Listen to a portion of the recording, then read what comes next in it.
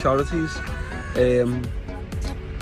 Yeah, the scams, most of them are scams.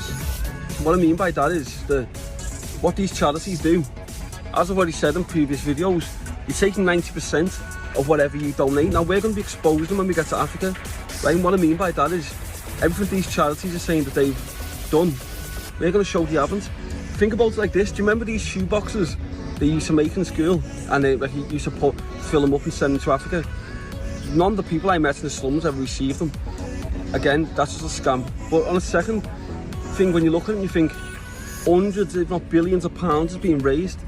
Why has nothing changed in Africa, right?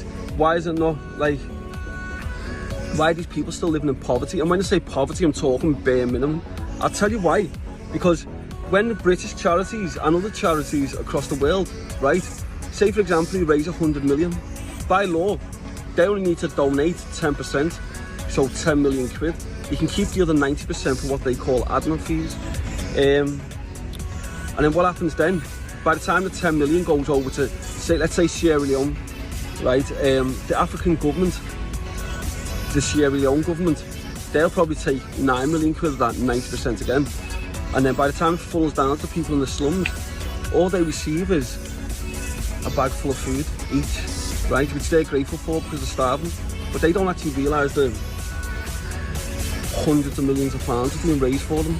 They're just happy with the food.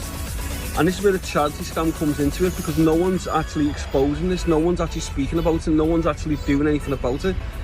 That's what my social media is about, right? I'm building my following purely for when I go to Africa and we start exposing these charities. Now, as I said, I could have done these podcasts months ago. If that's all I was bothered about, views and fucking followers, I would have done them months ago, knowing full well my followers would have tripled.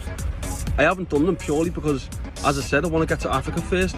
I'm going to do the podcast just before I go to Africa, so then when they land, when they broadcast, I'll actually be in Africa, and that means that the people in the slums get maximum exposure, and that's what it's about for me. They're my priority.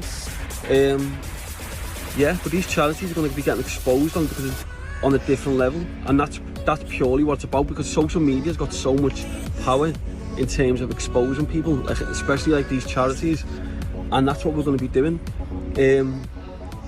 Yeah, and as I said, we're going to be starting off at this school with these kids with cataracts. That's the main thing.